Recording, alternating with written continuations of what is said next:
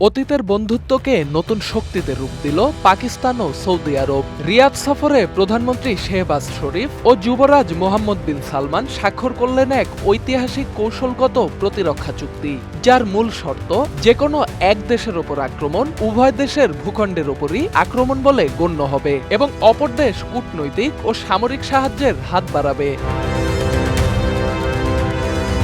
নতুন এই চুক্তি অনুযায়ী ভবিষ্যতে ভারত কখনো পাকিস্তানে হামলা চালালে তা সৌদি আরবের ওপর আঘাত হিসেবেই ধরা হবে। একইভাবে ইসরায়েল সৌদি আরবে হামলা করলে সেটি পাকিস্তানের ওপর আক্রমণ হিসেবে গণ্য হবে। এই চুক্তি কার্যত দুই দেশকেই দিয়েছে যৌথ প্রতিরক্ষা শক্তির নিশ্চয়তা। মধ্যপ্রাচ্যে চলমান অস্থিরতার মধ্যেই সম্পন্ন হলো এই চুক্তি। সেপ্টেম্বরের শুরুতে কাতারে ইসরায়েলি বিমান হামলার পর গালফ স্টেটগুলো ক্রমশ আমেরিকার নিরাপত্তা ভরসা নিয়ে সন্দিহান হয়ে উঠছে বলে মনে করছেন বিশ্লেষকরা।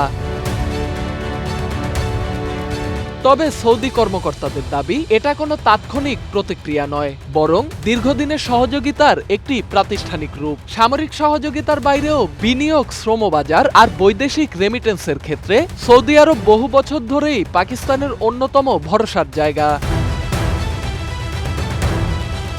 এর আগে সৌদি যুবরাজ মোহাম্মদ বিন সালমানের আমন্ত্রণে বুধবার রিয়াদে পৌঁছান পাকিস্তানের প্রধানমন্ত্রী শেহবাজ শরীফ। সৌদির আকাশসীমায় প্রবেশের পর তার বিমানকে এসকর্ট দেয় F-15 যুদ্ধ বিমান, যা সৌদি আরব কেবলমাত্র অতি গুরুত্বপূর্ণ অতিথিদের ক্ষেত্রেই করে থাকে।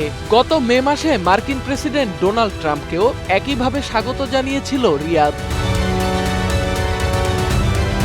2025 সালে একাধিকবার সৌদি আরব সফরে গেছেন শেহবাজ শরীফ। প্রতিবারই যুবরাজ সালমানের সঙ্গে বৈঠকে দুদেশের সম্পর্ক হয়েছে আরও দৃঢ়। ইতিহাস বলে, রাজনৈতিক, অর্থনৈতিক কিংবা সামাজিক প্রতিটি ক্ষেত্রেই পাকিস্তান আর সৌদি আরব ছিল একে অপরের ঘনিষ্ঠ মিত্র। দুদেশের মধ্যকার এই চুক্তির ফলে পারমাণবিক ক্ষমতাধর রাষ্ট্র পাকিস্তান হয়ে উঠতে পারে সৌদির সবচেয়ে নির্ভরযোগ্য মিত্র। আর এই প্রতিরক্ষা চুক্তি পুরো অঞ্চলের জন্য বহন করছে শক্তিশালী এক ভূরাজনৈতিক বার্তা। Dhaka express, desk report.